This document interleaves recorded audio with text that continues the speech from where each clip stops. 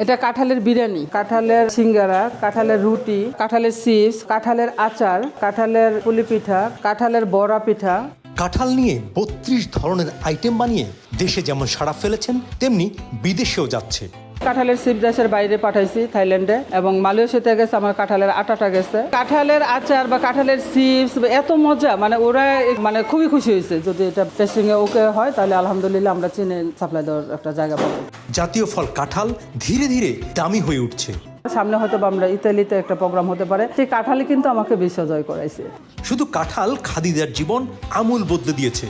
প্রথম যখন করছিলাম তখন কেউ তেমন একটা খায় নাই, আচার হোক চিপস হোক যাই করছি। ওদের এই প্রোগ্রামটা করার পরে 40 জন বিদেশি আসছিল, সরাসরি লাইভে কাঁঠালের আচার এবং চিপসটা তৈরি করে খাওয়ানোর পরে ওরা এত আন্তরিকতা দেখাইছে বা খুশি হয়েছে, যাতে করে পরবর্তীতে আর আমার পিছনে তাকাইতে হয় না। কাঁঠাল নিয়ে যখন কাজ করি সবাই তো একটু হাসি রং তামাশা এরকম একটা বিষয় দেখাইছে যে কাঁঠাল নিয়ে কি হবে, কাঁঠাল মানুষ খায়। কৃষি বিপণন অধিদপ্তরে 11 দিনের অন-দ্য জবের একটা প্রশিক্ষণ দিচ্ছে। কৃষি সম্প্রসারণ অধিদপ্তর থেকে আমরা গ্যাপ মেনে কিভাবে প্রোডাক্টগুলো তৈরি করতে পারি সেই বিষয়গুলো আমাদেরকে প্রশিক্ষণ দিচ্ছে। তারপর আলহামদুলিল্লাহ আস্তে আস্তে আমরা নিজেদেরকে ডেভেলপ করছি। প্রশিক্ষণটা শুধু আমি প্রথমে নিয়েছিলাম, তার পরবর্তীতে তাদেরকে আমি নিজে ট্রেন আপ করছি। পরবর্তীতে ওদেরকেও আবার সরকারিভাবে প্রশিক্ষণ দেওয়ার সুযোগ করে দিই। যেমন কাঁঠালের আটাটা আমরা নিজে থেকে করছি, কাঁঠালের রুটি নিজে থেকে করছি, যে কাঁঠালের সিঙ্গারা, কাঁঠালের যে আদার্স যে কাবাব, কাঁঠালের পাকোড়া, এগুলো আমরা নিজে থেকেই করছি। এক কথা হয়েছে, আমার এমন কোনো প্রোডাক্ট নাই যে যেই প্রোডাক্টটা কাঁঠাল দিয়ে করা যাবে না। সকল প্রোডাক্টই, আপনি বেকারি আইটেম বলেন বা এমনিতে যে নর্মাল আইটেমগুলো বলেন,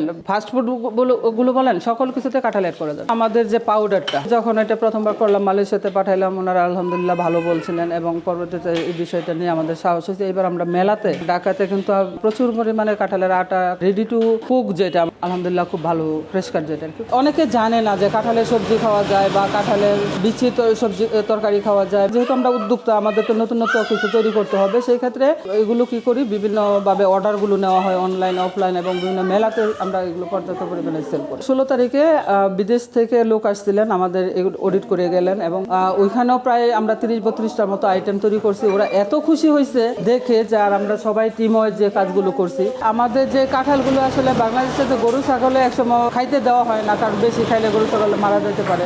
তো সেই কাঁঠালটা আলহামদুলিল্লাহ আমরা পারছি যে দেশের বাইরে পাঠাতে। আমাদের থাইল্যান্ডে এই কাঁঠালটা গেছে 6-7 টনের মতো গেছে। চীনেও কিন্তু আমাদের এই কাঁঠালটা নেওয়ার খুবই আগ্রহ প্রকাশ করছে। আলহামদুলিল্লাহ এটা দেশের বাইরে যাচ্ছে, এটা আসলে না ভালো লাগা। আমি যদি আসলে এই কাঁঠালের প্রোডাক্টগুলো না তৈরি করতাম তাহলে না আমার কখনোই কিন্তু দেশের বাইরে যাওয়ার সুযোগ হতো না। এই যে কয়েকবার করে বিভিন্ন দেশে গেছে। আমাদের সুবিধাগুলো যেটা হয়েছে সেগুলো দেখছেন, আমাদের এখানে কিছু মেশিনারিজ আছে। এই মেশিনারিজগুলো আমাদের টিম ওয়াইজ কাজ করার কারণেই কিন্তু মেশিনারিজগুলো পাইছি। এই যে সেটআপটা, এই সেটআপটা আমরা টিম ওয়াইজ কাজ করার জন্য পাইছি, যেটা আমার একার জন্য হয়তো বা হতো না। অনেকে শুনে তো হাইসা দেয় যে কাঁঠাল দিয়ে বিরিয়ানি হয়, কি বলেন, তখন ওরা অবাক হয়ে যায়, এবং যখন খায় তো এত টেস্ট, খুবই ভালো বলে, এটা ভালো লাগে। কাঁঠাল দিয়ে তারপর আমরা এটা তৈরি করছি। আমরা প্রায় 32টার মতো আইটেম তৈরি করছি। কিন্তু সামনে যেটা আমরা করব, বাজারে যে বিস্কিট আছে, ব্রেড আইটেম বা বিস্কিট বেকারি আইটেম যেগুলো, এগুলো আমরা রাখবো ইনশাল্লাহ। বাচ্চারা কিন্তু চানাচুর খেতে খুব ভালোবাসে। আমরা চেষ্টা করতেছি যে বাচ্চারা যেন নিরাপদ থাকে। যদি বাংলাদেশের বাচ্চারা নিরাপদ থাকে, আমি যদি আমার জেলাটাকেও কভার করতে পারি, তাহলে কিন্তু এরকম উদ্যোগ যদি প্রত্যেকের জায়গা থাকে, তাহলে বাচ্চারা নিরাপদে থাকবে।